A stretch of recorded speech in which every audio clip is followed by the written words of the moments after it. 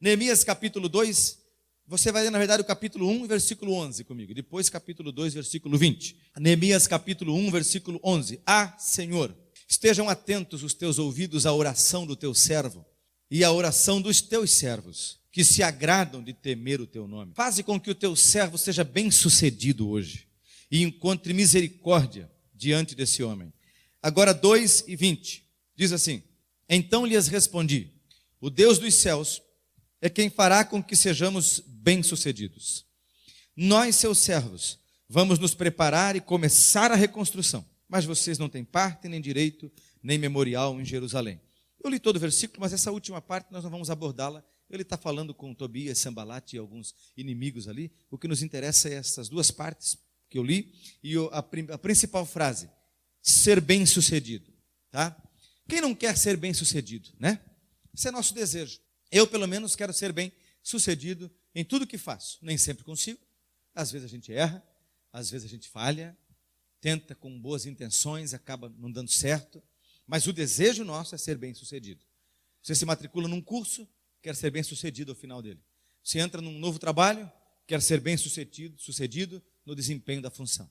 Você começa uma carreira, quer ser bem-sucedido no desenvolvimento dela.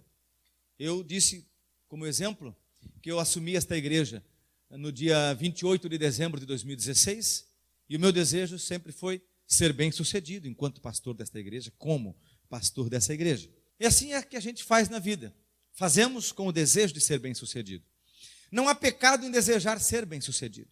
É bom que esse seja o desejo do coração. Ser bem-sucedido, prosperar naquilo que faz, lograr êxito nos projetos do coração. Desejar ser bem-sucedido. Neemias orou assim. Ele orou, nós vimos domingo passado, por 4 meses, pelo menos, jejuando e orando, e pedindo ao Senhor graça para esse dia que nós lemos agora. O dia em que ele ia se encontrar com o rei. E quando ele se encontrou com o rei, ele disse: Senhor, eu quero ser bem-sucedido nesse encontro. Faz-me ser bem-sucedido no encontro com esse homem. Tudo que eu preciso alcançar hoje. Tudo que eu planejo, eu preciso conseguir hoje. Depois de 4 meses, orando e jejuando, chegou o dia D. E nesse dia o desejo dele é: eu quero ser bem-sucedido. Não há pecado nisso. Não há problema nisso. Ponha as mãos nos trabalhos e deseje isso. Eu quero ser bem-sucedido. Eu quero prosperar no que eu vou fazer. Você vai para a empresa para ser bem-sucedido, para o trabalho para ser bem-sucedido, para os projetos da vida para ser bem-sucedido. Agora a pergunta não é se é pecado ser bem-sucedido ou não. Essa não é a pergunta certa. A pergunta é: no que e para quem? Essa que é a pergunta. Porque Neemias já é um homem próspero. Neemias já é um homem bem-sucedido. Neemias faz parte da elite da corte. Ele é funcionário de primeiro escalão. Neemias não é um qualquer. Neemias não está pedindo arrego para ninguém. Neemias é homem da confiança do rei. O rei não come nada antes de Neemias provar. O rei não bebe nada antes de Neemias provar. Neemias é o copeiro do rei. Ele faz parte da alta corte do serviço real. Ocorre que Neemias está triste por causa dos seus irmãos, por causa dos seus familiares, por causa da sua casa, por causa do seu lar. O que o entristece é a notícia que ele recebeu 4 ou 5 meses antes desse dia aqui. Quando Anani disse: olha, já que tu perguntou, eu vou te falar, o negócio está feio lá. Os muros estão todos caídos, os portões foram queimados, a cidade está feia, é escombro para todo lado, está uma vergonha. Nossos irmãos, nossos patrícios, nossos familiares estão humilhados, estão envergonhados. Neemias quer ser bem-sucedido pensando nas pessoas que ele ama. Neemias quer ser bem-sucedido pensando no próximo. Neemias quer ser bem-sucedido pensando na família, no lar, na casa, no povo de Deus. É lá que ele quer ser bem-sucedido. É para isso que ele quer ser bem-sucedido. E Neemias é tão conhecido do rei e é tão querido pelo rei, que o rei bota o olho em Neemias e diz: Neemias, não está legal. Ô Neemias, o que foi, cara? Você não tem a aparência de um homem doente? Então a tua tristeza só pode ser enfermidade do coração. Veja que o rei gosta de Neemias. Neemias não é qualquer um. E aí Neemias diz: ah, Senhor, que o rei viva para sempre. Ele faz uma oração de novo a Deus. Neemias é homem de oração. Só nesse capítulo ele ora 2 vezes. Ele ora agora e já vai orar ali na frente quando o rei disser: o que quer que eu faça? Então orei ao Senhor e disse: eu gostaria de. Ele orou de novo. Neemias diz: ó, rei, vive para sempre. Se o Senhor se agradar de mim. Ele gosta do cara. Ele já notou que ele está doente, que ele está triste. Se eu encontrar favor diante da tua presença, se eu puder contar com a sua bondade, eu gostaria de pedir uma gentileza, rei. Sabe o que é? Na minha terra, minha família, as pessoas que eu amo, meus irmãos, minha casa, a vergonha, o opróbrio, a humilhação tomou conta da minha história. Porque mexer com Jerusalém é mexer com a história de Neemias. Porque mexer com a minha mulher, com a mulher que eu amo, é mexer com a minha história. Porque mexer com os meus filhos é mexer com a minha história. Porque mexer com a minha igreja é mexer com a minha história. Porque mexer com a minha cidade é mexer com a minha história. E Neemias diz: Senhor, se eu puder contar com a sua bondade, a vergonha se abateu sobre a minha história, sobre a minha vida, sobre as pessoas que eu amo. Eu gostaria de ir a Jerusalém. Eu preciso encorajar meus irmãos a reconstruir os muros, a recolocar as portas, a refazer a cidade. Eu preciso resgatar a autoestima do povo de Deus. Quanto tempo você precisa? A Bíblia não informa, ele diz: combinei um prazo com o rei. Ok, pode ir. Então me faz uma gentileza a mais. Pois não? O senhor poderia me dar algumas cartas para que no caminho eu conversasse com os governadores e pedisse os materiais que eu vou precisar, pedisse também livre acesso pelos caminhos? Tá bom, toma aqui as cartas. Ele assina as cartas e dá para Neemias.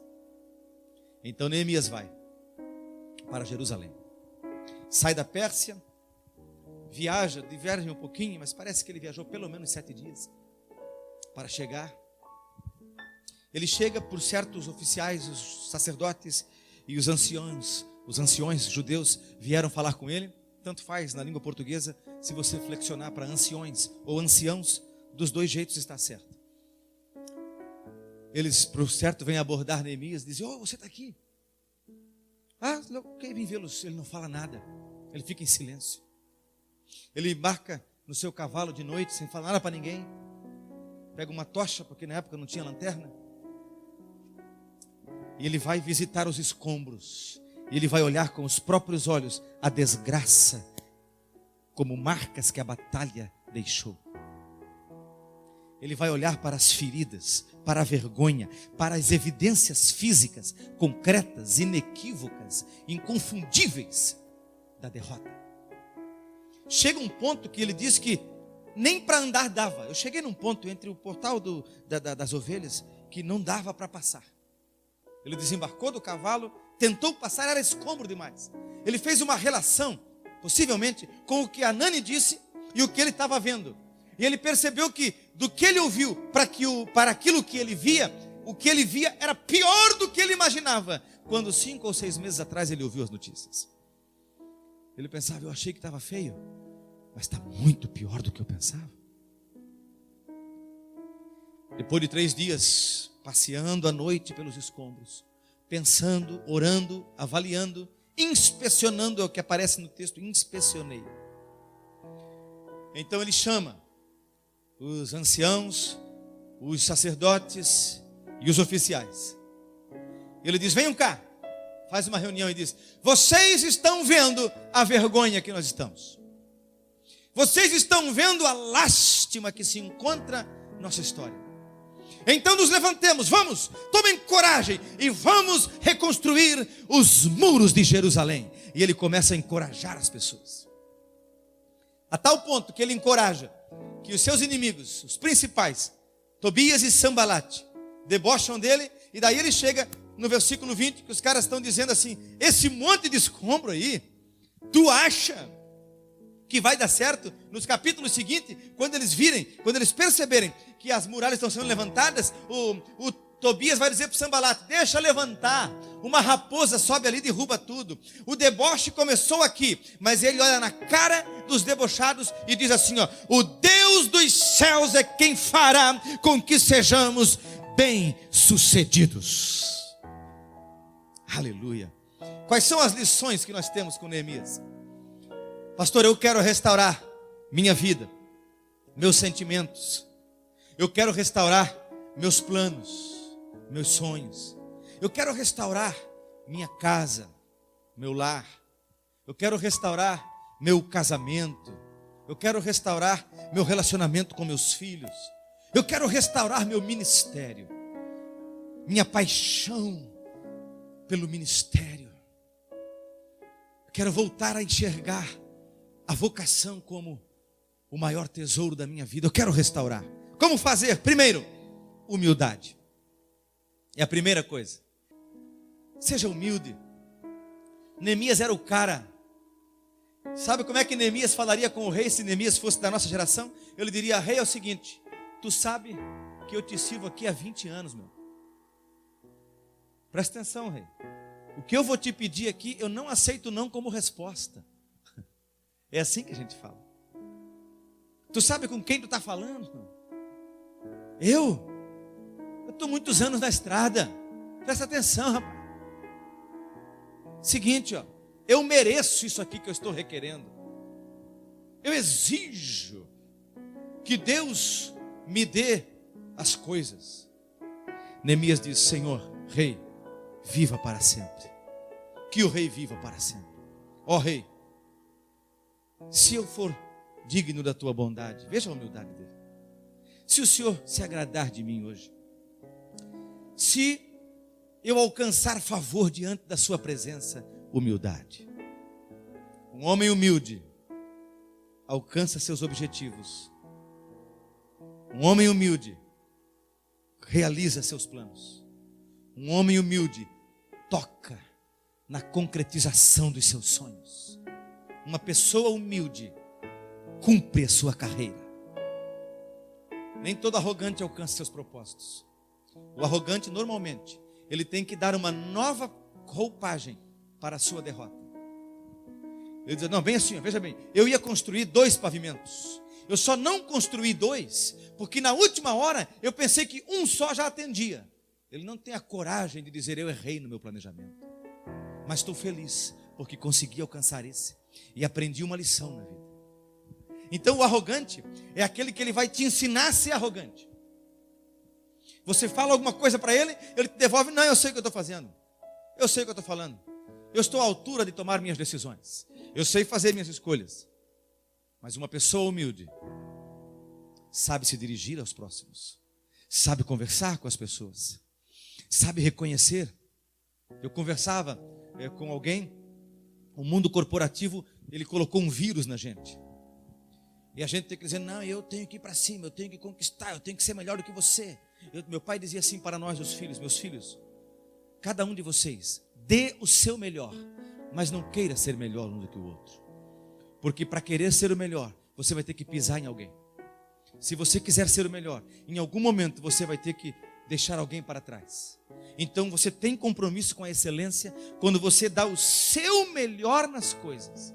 Algumas pessoas vão ficar para trás porque elas são negligentes, mas não foi você que botou para trás, não foi você que pisou neles, não foi você que concorreu com eles. Você só deu o seu melhor. Mas o mundo corporativo colocou um vírus na gente: você é melhor, você é bom, vai em frente, tu é o cara. Não, a Bíblia diz assim, ó: ninguém pense de si mesmo mais do que convém. E Paulo continua: antes, cada um considere o outro superior a si mesmo. Se você quer restaurar seus sonhos, seus planos, seu casamento, seu relacionamento com seus filhos, enfim, então seja humilde e reconheça: está tudo errado. E reconheça: eu tenho que recomeçar. Só vai restaurar aquele que reconhecer que está quebrado. Veja bem, as pessoas moram em Jerusalém e não mexem uma palha para reconstruir os muros. Tem que vir o cara lá da Pérsia, porque só se dedica a reconstruir quem admite que perdeu uma batalha, quem reconhece que os muros foram quebrados, que as portas foram queimadas e que nós estamos envergonhados. Humildade. Mas além da humildade, ele nos ensina a pedir ajuda. Não se isole. Você é um ser humano. O ser humano é gregário por natureza, é interdependente. Nós precisamos uns dos outros. Peça ajuda. Ele disse: rei, já que o senhor me permite ir, dá para o senhor me ajudar mais um pouquinho? Pois não, eu precisava de cartas, pega as cartas. Eu precisava de guardas, pega os guardas. Eu precisava disso, vai. E se ele não pedisse ajuda? Não adianta você achar que você é melhor do que eu, ou eu pensar que sou melhor do que você. Nós precisamos uns dos outros. Não importa se eu toco melhor do que ele, ou se ele toca melhor do que eu. Importa que para que eu possa pregar uma mensagem e ter um fundo musical, eu preciso dele. Porque eu não vou conseguir pregar plenamente, estar plenamente na pregação, se eu estiver dividido entre pregar e teclar. Não vai dar. Mas juntos, nós podemos fazer uma grande obra para o Senhor. Peça ajuda. Você quer ser restaurado mesmo? Peça para alguém da sua confiança: eu preciso de ajuda. Cuidado para quem você pede. Neemias pediu para o rei. Neemias sabia que o rei era homem da sua confiança. Neemias sabia que o rei gostava dele de verdade, o amava de verdade, gostava tanto dele que disse: esse cara não está com febre, não está com cor alterada, não está com respiração alterada, não está com palpitação, as aparências físicas dele estão 100%, ele deve estar doente do coração. Eu vou perguntar para ele como é que ele está.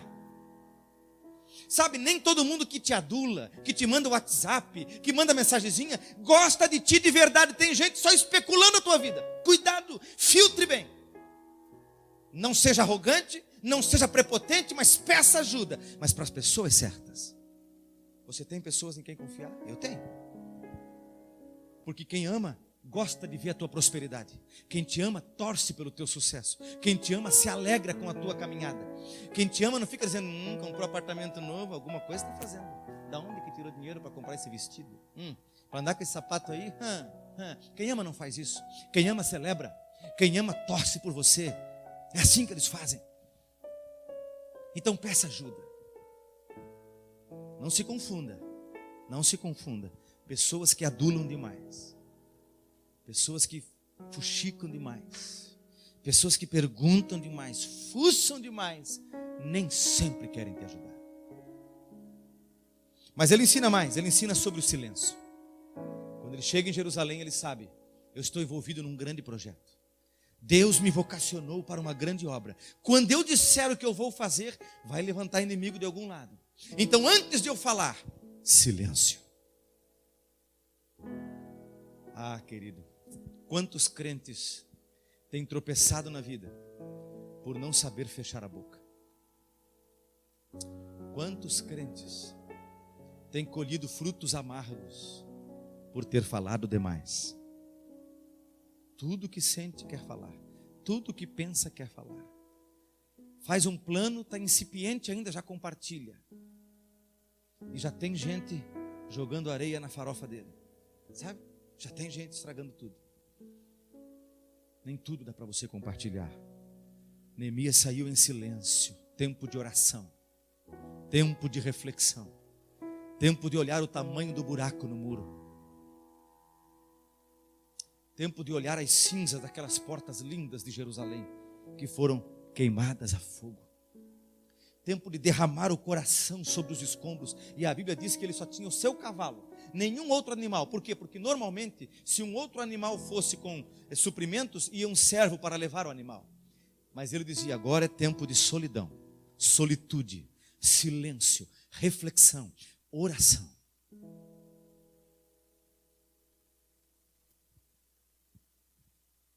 Três dias e 3 noites. E Neemias não diz nenhuma palavra. Você tem domínio próprio sobre sua língua? Você consegue suportar em silêncio? Você consegue olhar a catástrofe e suportá-la em silêncio? Isso é um segredo de Neemias para a restauração.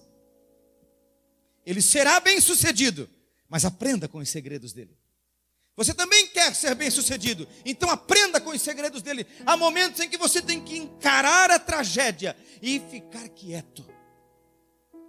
Orar apenas, falar com Deus. Mas ele vai além do silêncio. Ele inspeciona. Ele não está só olhando, ele está olhando e fazendo diagnósticos. Ele está olhando e dizendo, o negócio está feio mesmo. Ele não está olhando para justificar, não está tanto quanto parece. Todo mundo tem um murinho quebrado. Uma porta queimada? Pensei que estava mais feio. Anani exagerou um pouco. Não, ele diz, olha, chegou um ponto que eu não consegui nem passar pelo caminho. Sabe aquela pessoa que diz, não, eu realmente errei. Eu fiz isso aqui de errado. Eu fiz isso aqui errado. E eu fiz isso aqui errado. O buraco foi maior do que eu pensei. A bomba abriu uma cratera maior do que eu imaginava. Não tem nem por onde começar. Eu não sei nem por onde passar. E ele inspeciona, ele faz constatações, e ele é realista. O princípio da realidade. Não fique mascarando coisas. Não é como esconder rugas com maquiagem. Não é a mesma coisa. E por último, ou por penúltimo, ele usa o princípio da confrontação. Depois do silêncio, vem a hora de confrontar as partes envolvidas. E ele chama as 3 categorias e diz, vem cá, vocês estão vendo a nossa miséria. Eu acho legal Neemias, porque ele não fala assim, pessoal, é o seguinte, a nossa situação está deveras um pouco complexa. Eu estive avaliando, não é bem o desejável, como nós gostaríamos. Sabe aquele politicamente correto, que eu tenho que cuidar quando eu falo aqui, porque senão, fiquei bravo que o pastor falou muito forte. Aí eu tenho que cuidar, irmãos, bem, irmãos, talvez fosse melhor tal coisa. Ele fala, pessoal, é o seguinte, nós estamos envergonhados. Nós estamos em humilhação, só falta ele ter dito, é que não está escrito. Eu acho que ele disse, não sei onde vocês estão com a cabeça, moram aqui, vivem aqui, e não movem uma palha para reconstruir. Talvez ele tenha dito, vamos tomar vergonha na cara, porque Esdras disse isso. Esdras disse, eu tive vergonha de pedir ao rei soldados e cavaleiros, porque eu havia dito que Deus é bom para aqueles que nele confiam. Então eu sempre digo que Esdras nos ensina a buscar a unção de vergonha na cara. E eu acho que Neemias disse, nós temos que tomar vergonha na cara. Minha avó diria, toma atento, rapaz. Tu está no meio dos escombros, no meio dos entulhos, e humilhado e envergonhado, e ainda fica fazendo pose de pavão. Toma jeito, você tem que reconstruir. E a boa notícia é, Deus te fará ser bem sucedido na restauração. Essa é que é a boa notícia. Porque daí ele encoraja, depois que ele fala, vocês estão vendo, ele diz, então venham e façamos a reconstrução dos muros. E é aqui que eu te convido para levantar comigo. Jesus Cristo, aplica a tua palavra na vida da tua igreja.